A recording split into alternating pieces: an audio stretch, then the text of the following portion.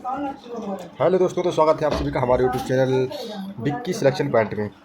आज हम आपको कराएंगे RWA का मिनी मॉक, जो कि यूपी कांस्टेबल में पूछे गए क्वेश्चन मैथ के हम आपको आज कराएंगे।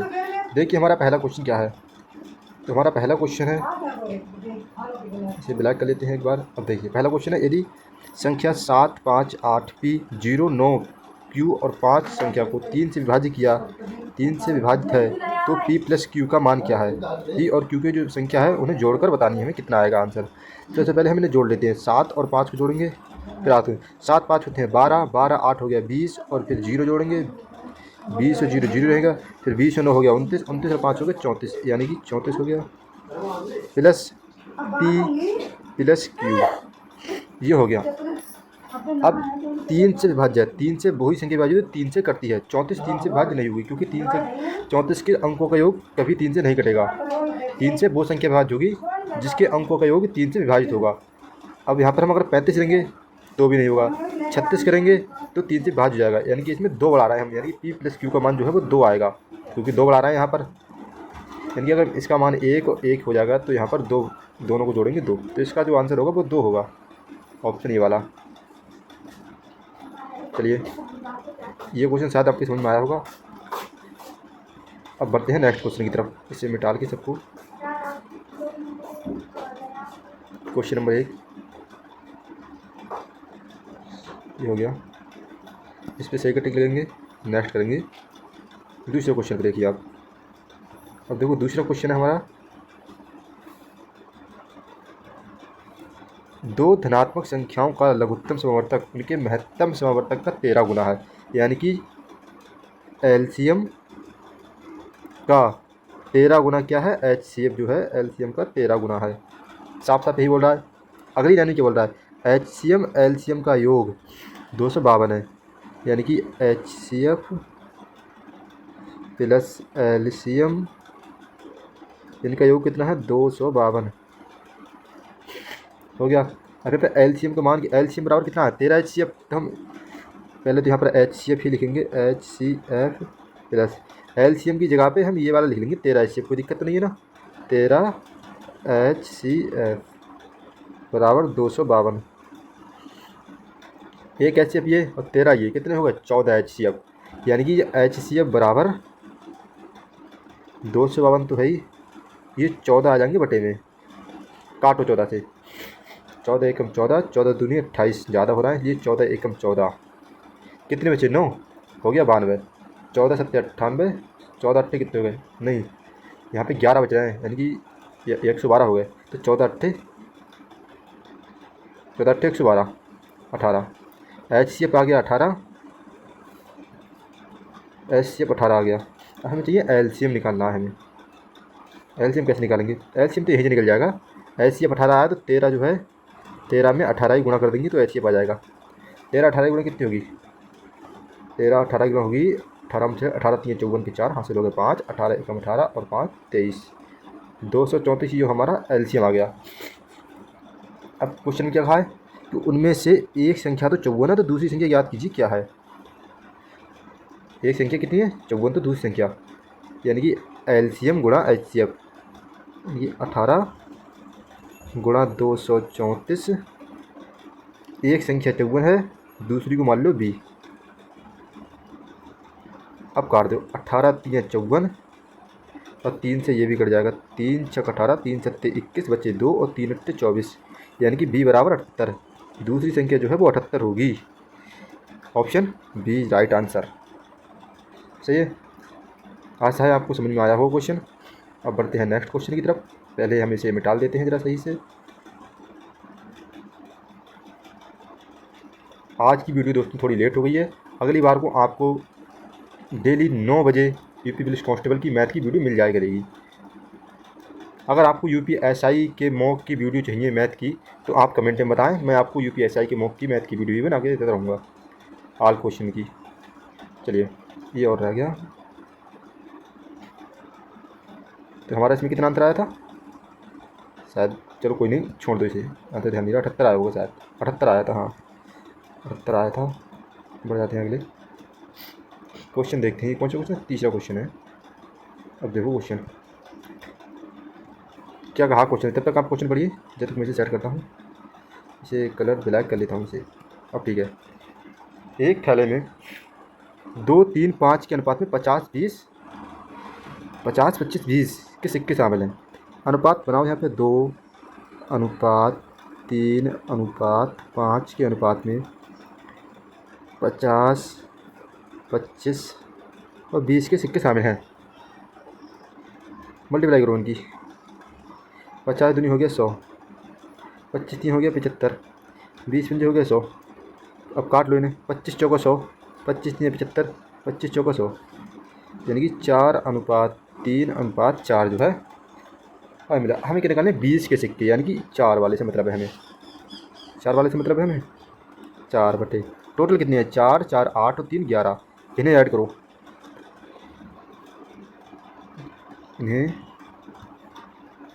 इन्हें ऐड करो। 4 4 3 कितने हो गए 11 हो गए। 11 मल्टीप्लाई। क्वेश्चन में और देखो क्या कह रहा है, जिनकी राशि कितनी है 550, तो 550 से इन्हें गुणा कर देंगे हम। काटो 11 पंजे 55, यानी 50 हो गया, और 4 पंजे 20, यानी कि 200 हो गया। 200 आ गया।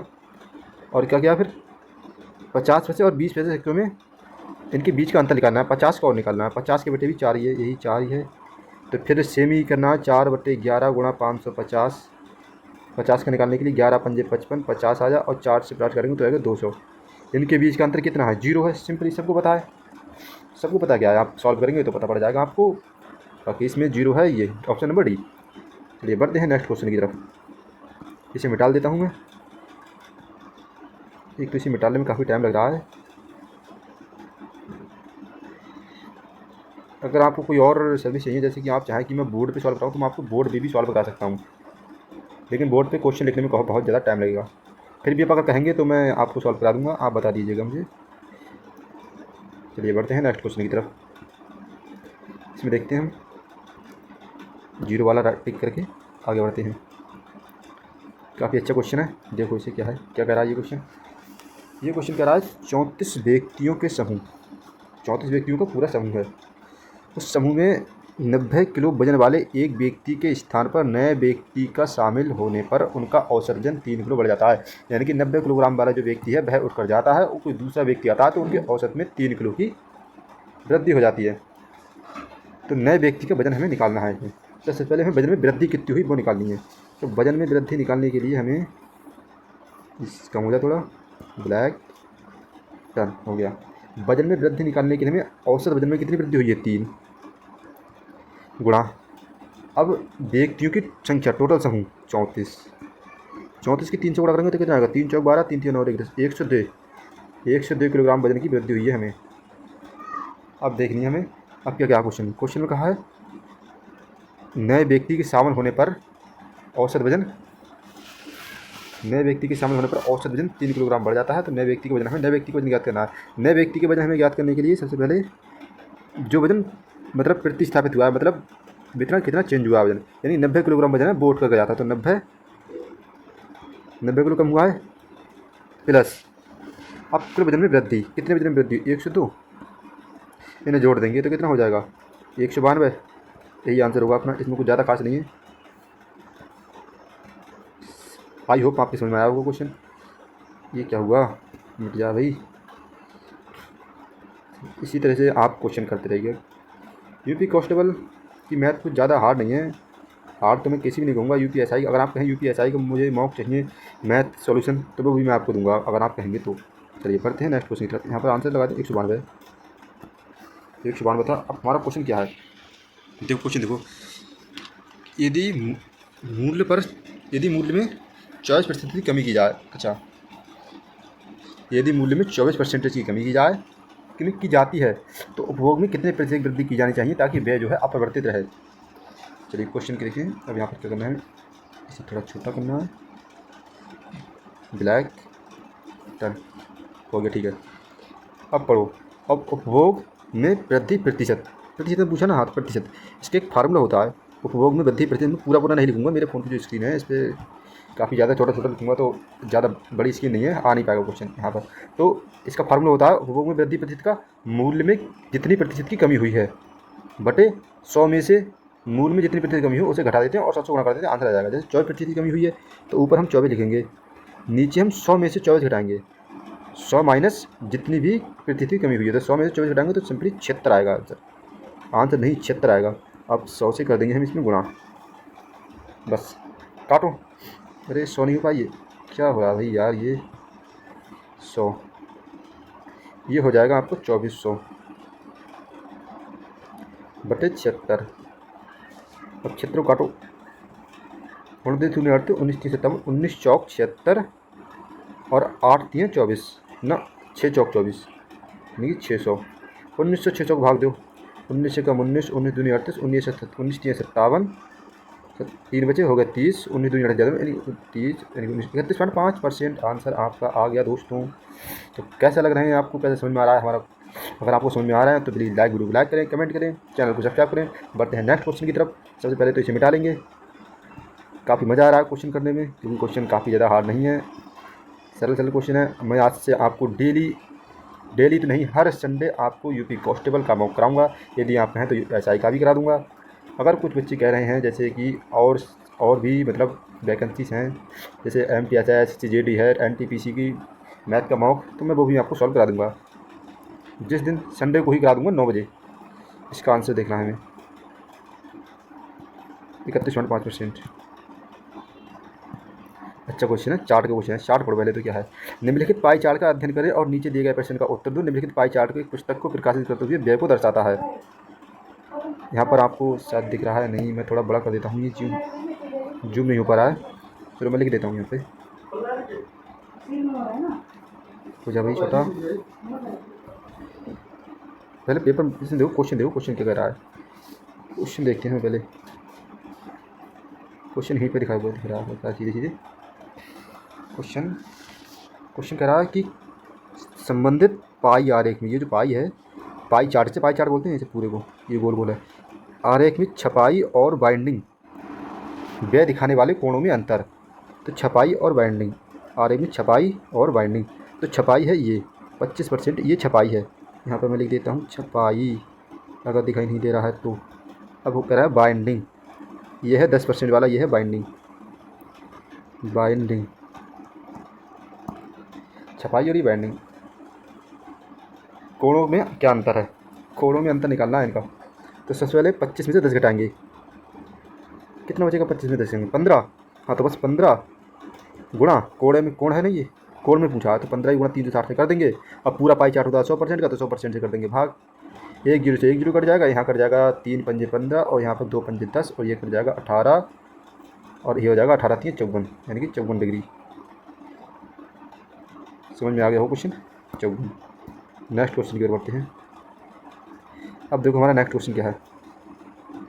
यदि किसी वस्तु का विक्रय मूल्य 3 गुना होने पर लाभ 4 गुना हो जाता है तो उस पर प्राप्त लाभ प्रतिशत कितना होगा?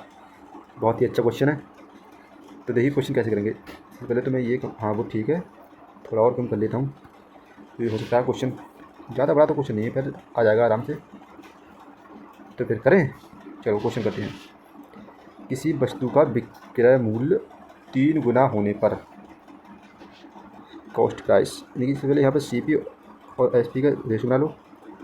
अब मान लो सेलिंग प्राइस जो है वो X है और विक्रय मूल्य कितना होता है, हमेशा 100% होता है, ये बात तो आपको पता है।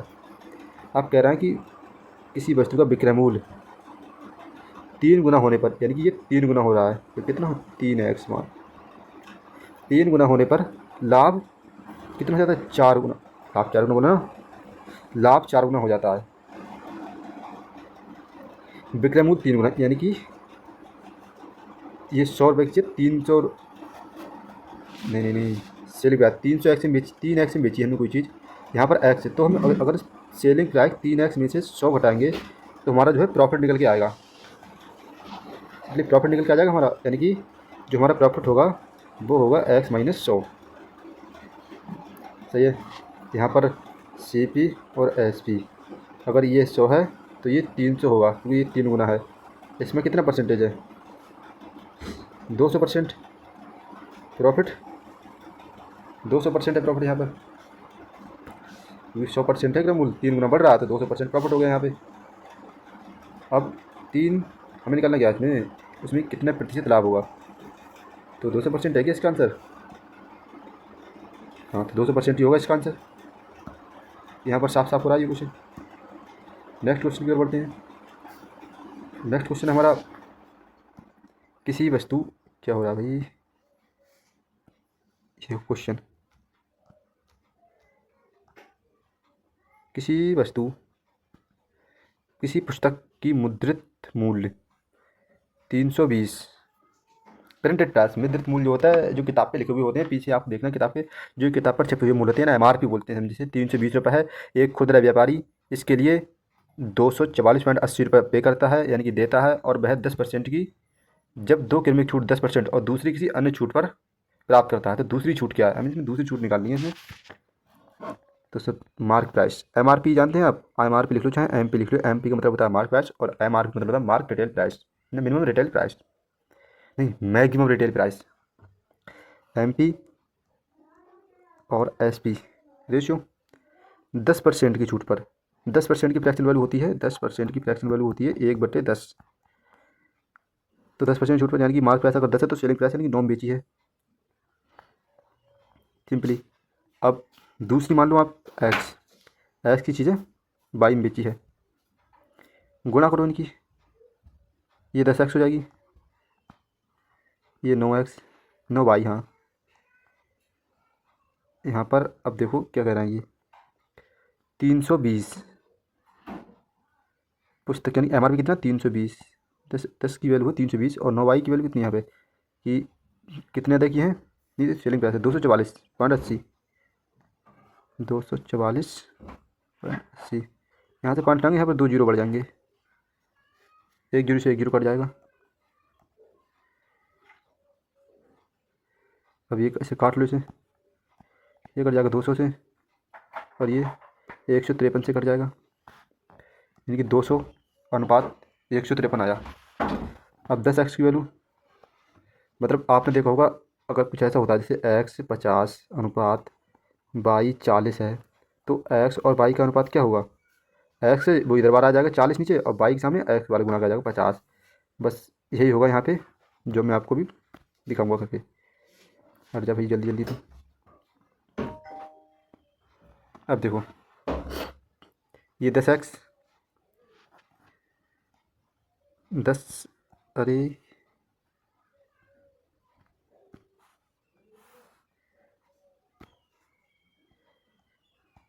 10x गुणा, इसके गुणा में ये नहीं आएगा बल्कि ये वाला आएगा, क्योंकि मैंने अभी आपको बताया था करके 10x गुणा 153 बराबर, अब इधर कितना 200, तो 200 गुणा में कितना 9y। अब इसे काटो, 9 से 153 कट जाएगा, ये कट जाएगा, 5 3 8 9 से कट जाएगा। हाँ, तो 9 1 9, कितने बचा 6 हो गया, 63 9 7 63 17। अब इस 1 जीरो से ये 1 जीरो खत्म, x और y का जो x बटे y लिख लेते हैं, कितना आया, x के बराबर में कितना है 20, तो x का आया 20 और y का आया 17, यानी कि अनुपात आया 20:17। हमें निकालना डिस्काउंट परसेंटेज, डिस्काउंट परसेंटेज 20 में से 17 घटाएंगे कितने बचेंगे 3, और MRP क्या है 20, 100 से कर देंगे मल्टीप्लाई, 20 पंजे 100, 5 की गुणा 30 से करेंगे तो आ गया 15%। यही होगा हमारा आंसर 15%। तो दोस्तों आपको क्वेश्चन समझ में आया होगा। चलिए अब बढ़ते हैं नेक्स्ट क्वेश्चन की तरफ। सबसे पहले इसे मिटाते हैं, ये क्वेश्चन काफ़ी बड़ा हो गया, फिर भी कुछ खास बड़ा नहीं है, काफ़ी अच्छा क्वेश्चन है।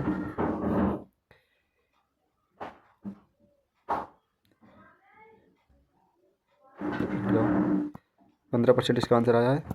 बढ़ते हैं अगले क्वेश्चन पे। 2 पाइप, अच्छा पाइप वाला क्वेश्चन है ये। देखो 2 पाइप हैं A और B, तो A, अरे भाई यार ये क्या हो जाता है यार, हो जा कम हो जा भाई थोड़ा। 2 पाइप हैं, एक है A एक है B। अब क्या कह रहा है 36 घंटे में भर सकता है A और 36 घंटे में भर सकता है A और B भर सकता है 48 घंटे में। तो 36 और 48 का एलसीएम कितना होगा, पता है आपको? 12 चौक 48, 12 3 36, यानी कि 48, 12 12 में 144, 144 हो जाएगा। एलसीएम एलसीएम निकालने की ट्रिक मैं आपको बता दूंगा अब नेक्स्ट वीडियो में। ये मेरी पहली वीडियो है यूट्यूब चैनल पे। अब 48 को 144 भाग देंगे तो कितना आएगा? 4 3 12, यानी कि 48 3 144, और 36 चौको 144, यानी कि ए प्लस बी बराबर, क्वेश्चन में कहा है अगले दोनों 9 घंटे तक एक साथ खोले जाते हैं, यानी कि 9 घंटे तक दोनों ने काम किया। तो सिंपली हमें 9 घंटे का काम निकालना है। 4 4 और 3 कितने हो गए? 7। तो 7 की गुणा 9 में करेंगे तो कितना हो जाएगा? 9 63। शेष काम कितना बचा? शेष काम घटा दो इन्हें। 144 में से आप 63 घटाएंगे तो कितना बचेगा? 81। 81 बचा। अब क्या निकालना है? क्वेश्चन कहा है कि पाइप बी टैंक के शेष भाग को भरने में कितना समय लगेगा? टैंक के शेष भाग को भरने में बी को कितना समय लगेगा? तो यहाँ पर हम देखें 81/3 बी को कितना समय लगेगा शेष, काट दो। 27 3 81 होता है, तो इसका आंसर 27 आ गया, यानी कि 27 घंटे। HOUR। ऐसे ही आसानी से सभी क्वेश्चन सॉल्व होते जाएंगे और आपको पता भी नहीं चलेगा कि पूरा मॉक यहीं खत्म हो गया। टाइम तो लग रहा भी आपको समझाने में, वरना ये क्वेश्चन मैं अगर करूँ तो ये क्वेश्चन ज़्यादा से ज़्यादा 30 से 40 45 मिनट तक, 1 मिनट से ज़्यादा कोई सा क्वेश्चन समय ले लेगा। 1 मिनट से सभी क्वेश्चन कम समय में ही हो जाएंगे। अब बढ़ते हैं नेक्स्ट क्वेश्चन की तरफ। हमारा दूसरा क्वेश्चन है, इसका क्वेश्चन कितना आया था हमारे? 27 घंटा। चक्रवृद्धि ब्याज। चक्रवृद्धि आप सबने पढ़ा होगा, देखते हैं चक्रवृद्धि ब्याज कैसे होगा क्वेश्चन।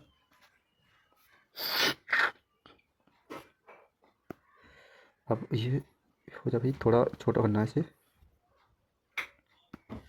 चक्रवृद्धि ब्याज। चक्रवृद्धि ब्याज पर 3 वर्ष की स्वयं की 7 गुना हो जाती है। जो राशि है वो 3 वर्ष में स्वयं की 7 गुना हो जाती है। तो कितने वर्षों में स्वयं की? भाई साहब 2401 गुना हो जाएगी। 2401, ये तो काफ़ी अच्छा क्वेश्चन है यार। चलो करो। 3 साल में, 3 साल में राशि 7 गुना हो रही है। इसका मतलब अगले 3 साल में 7 की 7 गुना, यानी कि 7 का स्क्वायर हो जाएगा। ये नेक्स्ट साल में, नेक्स्ट साल में, अगले 3 साल में राशि कितनी जाएगी? 7 का स्क्वायर।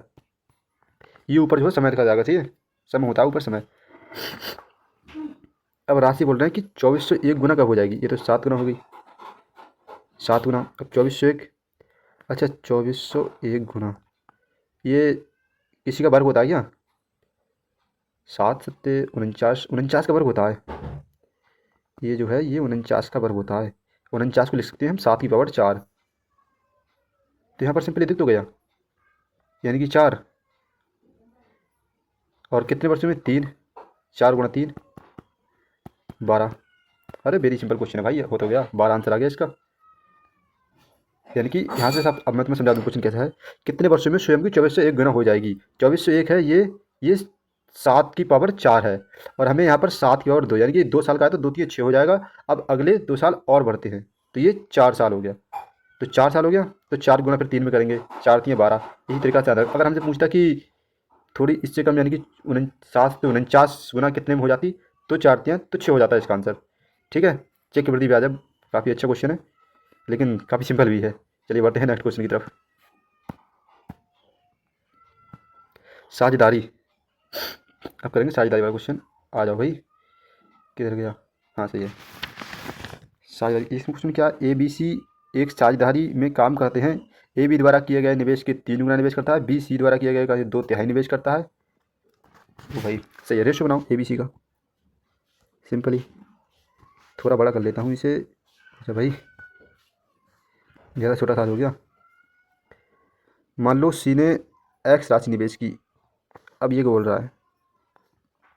B ने कितनी की है? B C द्वारा किए गए निवेश से 2/3 निवेश करता है, यानी कि C से 2/3 ज़्यादा, मतलब X का 2/3। अब देखो, अब A कितने कर रहा है? A B द्वारा किए गए राशि से 3 गुना अधिक निवेश करता है। ऐसे में आप उल्टा आओगे ना चल के, तो ज़्यादा बेटर रहेगा। 3 गुना ज़्यादा निवेश करता है, तो 3 गुना कर दो 2/3x का। 3 से 3 कट जाएगा, यानी कि 2x। इन्हें सीधा करते हैं बिल्कुल, 3 से मल्टीप्लाई कर दो सब में। ऊपर वाले में इसमें 3 से मल्टीप्लाई करेंगे तो कितना आएगा? 3 दूनी 6। इसमें 3 से मल्टीप्लाई करूँगा तो 3 से 3 कट जाएगा, सिर्फ 2। इसमें 3 से मल्टीप्लाई करूँगा तो सिर्फ 3। एक्स को हटा दो, कोई दिक्कत नहीं है, क्योंकि हमने एक्स इसलिए लिया था ताकि ये समझ में आपको आसानी हो। टोटल कितना हो गया जोड़ना? 6 और 5 11। अब कुल कितना है 6600। और फिर क्वेश्चन में पूछा क्या है, बी का हिस्सा कितना है 2, यानी कि 2/11, 2/11 गुणा 6600, 11 छंग 66, यानी कि 2 की गुणा 6 हम करेंगे तो 1200 आ जाएगा आंसर। वाह यार कितना सरल क्वेश्चन है, मज़ा आता है इसे क्वेश्चन करने में। भाई अगले हो जा, क्वेश्चन नंबर 12। रमेश, तो भैया आज रमेश से भी नहीं पढ़ते हैं। आज क्या कह रहा है ये रमेश, ये रमेश कह रहा है कि 16 किलोमीटर प्रति घंटे, ओह रमेश 16 किलोमीटर प्रति घंटा की चाल से चलता है और स्कूल 4 मिनट की देरी से पहुंचता है। यदि वह 28 किलोमीटर प्रति घंटा की चाल से चलता है, वह निर्धारित समय से 12 मिनट पहले पहुंचता है, तो उसके स्कूल से उसके घर की दूरी कितनी है। मान लो दूरी x है, दूरी मान लिया आपने कि उसकी जो दूरी है वो x है, तो 16 किलोमीटर घंटा चाल, यानी कि x दूरी कितने 16 घंटा में चलता है और 4 मिनट की देरी से पहुंचता है।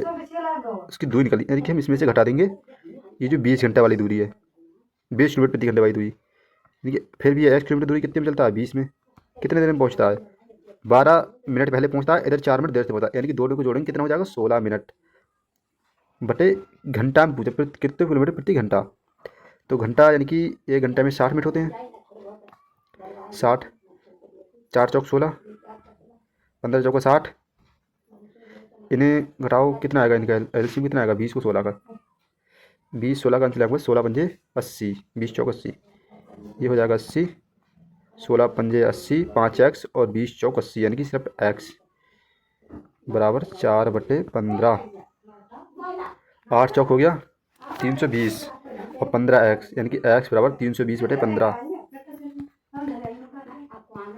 काटो 15 दूनी 30, 15 दूनी 30, 15 तीन 45, 15 चौक 60, 320/15। अच्छा ये पूरा नहीं कट रहा, ये तो इसे 3 पंजे 15, ये 5 से कट जाएगा 6 पंजे 30 और 4 पंजे 20, यानी कि 64/3 आंसर आ जा, सही है ना। चलिए बढ़ते हैं नेक्स्ट क्वेश्चन की तरफ। 1 मिनट रुकिए आप थोड़ी देर के लिए, चलिए बढ़ते हैं आगे। क्वेश्चन 13, अभी तो बहुत क्वेश्चन है, टाइम काफ़ी कम बचा है तो थोड़ा जल्दी जल्दी करते हैं, अब जितना जल्दी हो सके। तो देखो अच्छा ये उस चैप्टर से क्वेश्चन है, क्या क्वेश्चन, एक आयत का परिमाप 20 सेंटीमीटर है, आधा तो पूरा कितना हो जाएगा 40 सेंटीमीटर, तो डायरेक्ट लिख लूँ 40 सेंटीमीटर, भाई मैं समझाऊंगा नहीं, मतलब इतना लिखूंगा नहीं अब ज़्यादा, आप ऐसे ही समझो 40 सेंटीमीटर हो जाएगा, जब आधा 20 है तो पूरा 40 हो जाएगा, ये बात तो आपको ध्यान होनी चाहिए, आप कंपनी की तैयारी कर रहे हैं तो इतना तो पता होना चाहिए भाई। अब कह रहे हैं एक आयत की लंबाई उसकी चौड़ाई से 8 सेंटीमीटर अधिक है, एक आयत की लंबाई उसकी चौड़ाई से 8 सेंटीमीटर अधिक है, यानी कि लंबाई जो है वो चौड़ाई 8 सेंटीमीटर अधिक है, चौड़ाई भी। तो आयत के परिमाप का सूत्र आप लोगों को पता है क्या, नहीं है ना पता, अगर पता है तो अच्छी बात है। फिलहाल आयत का परिमाप का सूत्र पी जो होता है परिमाप बराबर 2 गुणा लंबाई में अगर हम चौड़ाई जो जोड़ देते हैं, आयत का परिमाप कितना है 40 सेंटीमीटर, जो कि मैंने आपको बताया था पूरा परिमाप 40 सेंटीमीटर, यहाँ पर 2 और फिर लंबाई गुणा चौड़ाई L plus B, L plus B का मान कितना आएगा, जो से कट जाएगा ये 20 हो जाएगा, एल प्लस बी का मान 20, एल प्लस बी का मान 20 आया। अब क्या निकालना है हमें, लंबाई को चौड़ाई निकालनी है, तो एल प्लस बी, यानी कि ये बी की जगह क्या करनी है, इस एल की जगह लेकिन क्या 8 बी की जगह यहाँ पे, हाँ एल की जगह लिखनी है बी प्लस 8, ये जो एल का मान जो है बी प्लस 8 है यहाँ पे, इसी एल के बी प्लस 8 लिखेंगे, यहाँ पे लिखेंगे बी और बराबर 20, यहाँ पर हो जाएगा 2b, एक बी और एक बी, ये क्या हुआ एक बी, ये 2b हो जाएगा, ये है एक बी 2b, और 8 जाके इधर जाएगा माइनस का, यानी कि 2 8 16, यानी कि जो इसका आंसर होगा नहीं भाई 20 में से 8 जाएंगे बचेंगे 12, और 2b बराबर 12, यानी कि b बराबर 12/2, यानी कि b का जो मान आया वो आया 6 सेंटीमीटर, चौड़ाई जो है b बराबर 6 सेंटीमीटर। हमें निकालनी लंबाई, देखिए एल बराबर b बराबर 6 है, तो 6 में यहाँ पर 6 लिख दो यहाँ पे, प्लस 8, 8 और 6 कितना हो जाएगा 14 सेंटीमीटर, तो लंबाई आई 14 सेंटीमीटर हो गया। अब हमें निकालना है आयत का क्षेत्रफल, आयत का क्षेत्रफल होता है लंबाई गुणा चौड़ाई, यानी कि 6 गुणा 14, और 6 की गुणा 14 से करेंगे तो हो जाएगा 14 छंग 84, इसका मात्रक होता है सेंटीमीटर स्क्वायर, यानी कि सेंटीमीटर वर्ग सेंटीमीटर स्क्वायर, कोई नहीं बस ठीक है। आई होप क्वेश्चन आपकी समझ में आया होगा। चलिए बढ़ते हैं नेक्स्ट क्वेश्चन की तरफ। इसका आंसर कितना था 64 नहीं 84 सेंटीमीटर आया होगा शायद, 84 सेंटीमीटर स्क्वायर। ये तो ये क्वेश्चन शायद आप कर ही लेंगे। छोड़ दूँ क्वेश्चन ये क्या, या आप क्या करा दूँ फिर? चलो देख लेते हैं क्वेश्चन, ज़्यादा टाइम लगेगा इसमें, लेकिन यार ये छोटा छोटा है, यहाँ पर मुझे लिखने में टाइम लिखना पड़ेगा यहाँ पे मुझे, यहाँ से यहाँ तक पूरी लाइन में। ठीक है, लिख लेता हूँ। तो 75 माइनस 50 भाग 5 ऑफ 2 प्लस 36 भाग 6 ऑफ 4 गुणा 2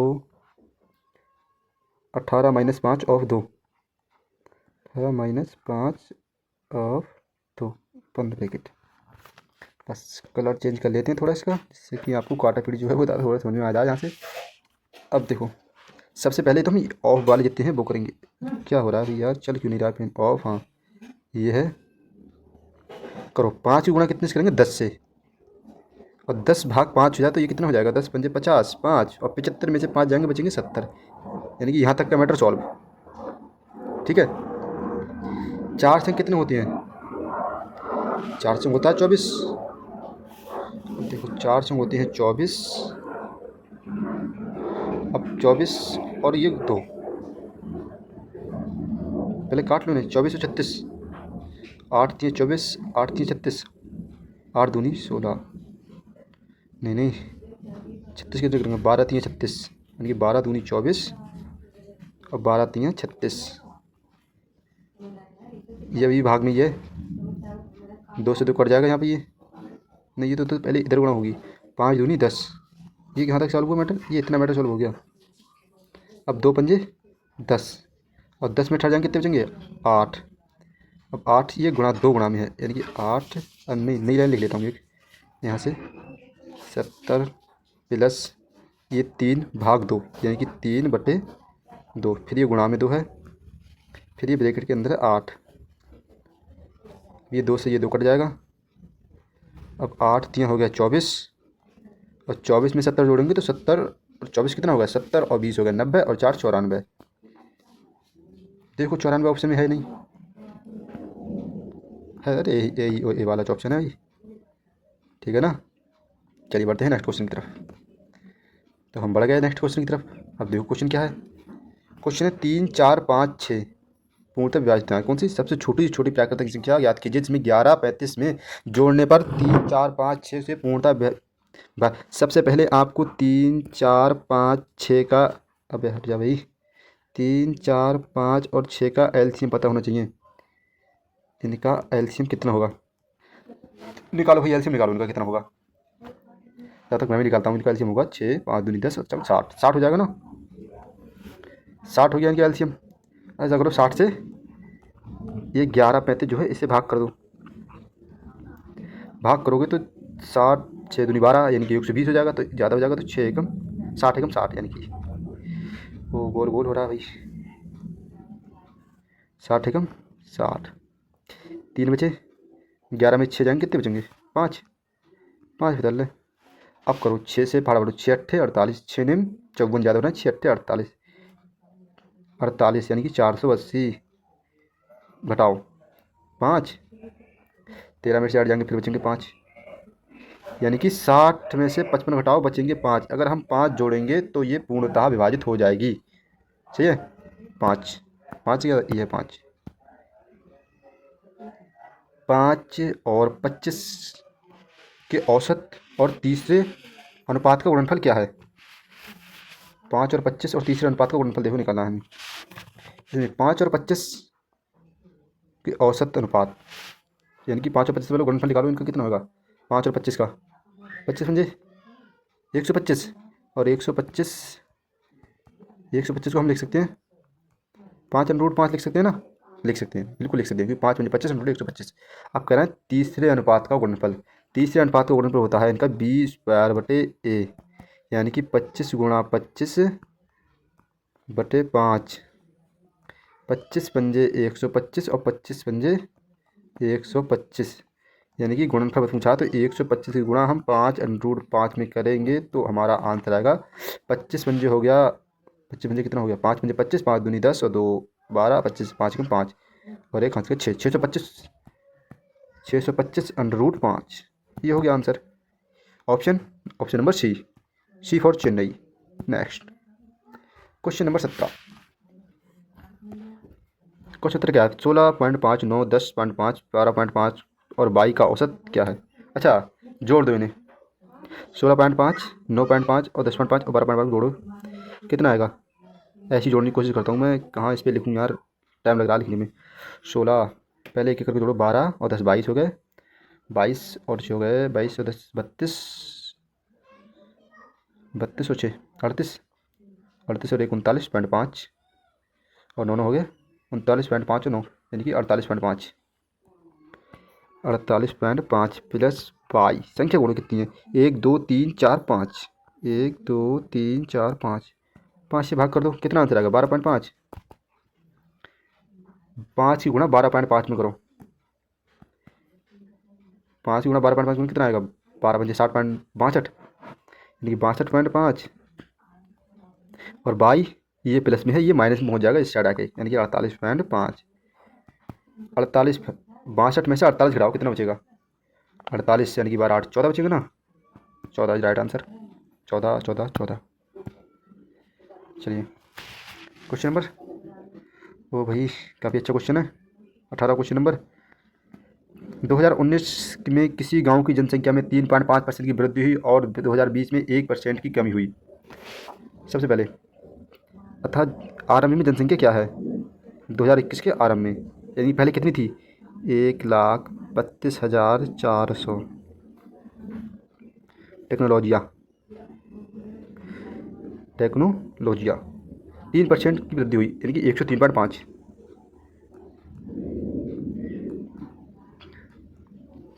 अब क्या बोल रहा है नेक्स्ट? 1% की कमी हुई। यार ये 1% यार, पूरा 100% ही बोल देता, ज़्यादा तो नहीं करना पड़ता। अब इसमें कैलकुलेशन बहुत होगी, करो कैलकुलेशन भाई, कैलकुलेशन करो इसमें। ये काटो, ये 0 से 0 कट जाएगा, ये है 0 से ये 0 कट जाएगा, ये पॉइंट हटाओ, यहाँ पर एक 0 और बढ़ा लूँ। सॉल्व करो इन्हें, मैं करूँ सॉल्व? यार काफ़ी टाइम लग गया है सॉल्व करने में, इसलिए इन ऊपर वाले की तीनों गुणा करो। इन तीनों ऊपर वाली गुणा भाई, इनकी गुणा कितनी आ सकती है? इनकी आएगी 1 3 5 6 6 4.4 6 फिर से हाँ, ये बटे 1000। 1 2 3 3 के बाद पॉइंट, यानी कि यहाँ पर पॉइंट लगा दो, यहाँ पर 3 आएगा, यहाँ पर 3 आएगा। ये आप गुणा करके देख लेना।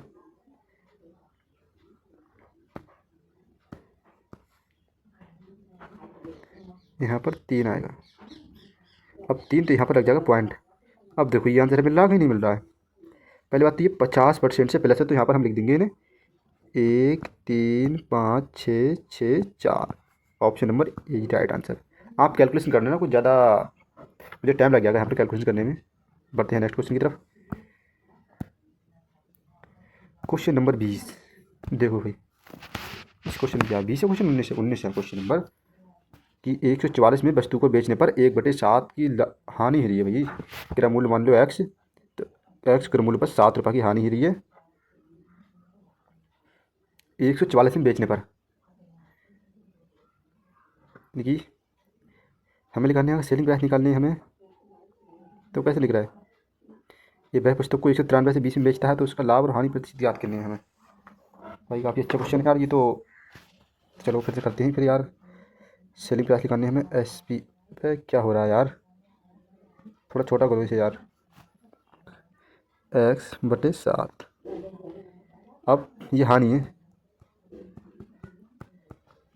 हानि है, क्रय मूल्य मान लो x, ये क्रय मूल्य है CP। अब लिखना सेलिंग प्राइस।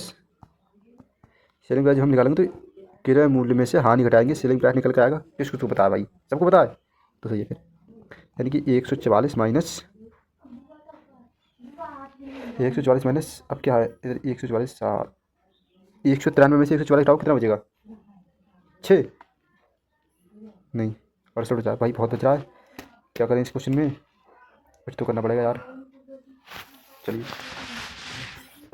ये हो जाएगा आपका, नहीं नहीं नहीं सब कुछ। Oh sorry sorry sorry sorry, very very sorry. ये क्वेश्चन ऐसे होगा, यहाँ पर जो सेलिंग प्राइस है बराबर एक्स माइनस एक्स बटे 7, तभी इसकी जो होगा सेलिंग प्राइस किसके बराबर होता है। एक सेलिंग प्राइस यहाँ पर दिया हुआ 144 बराबर ये 7x में से एक एक्स 7x, इन्हें सॉल्व करो सिंपली।